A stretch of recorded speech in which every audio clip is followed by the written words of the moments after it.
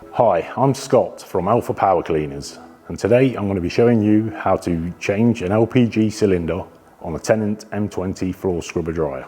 So first off, we're going to need PPE, so we need gloves on.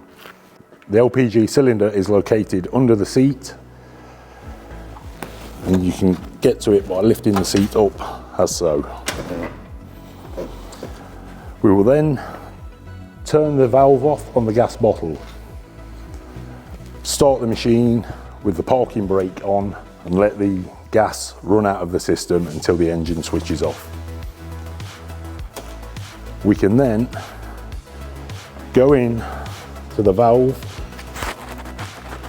unscrew the coupling safely,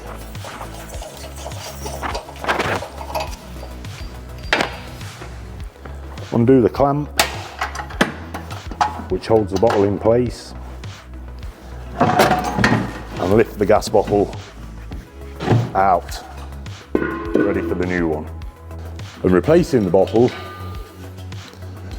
we will place it back in, ensuring that the arrow on the bottom of the bottle is facing downwards.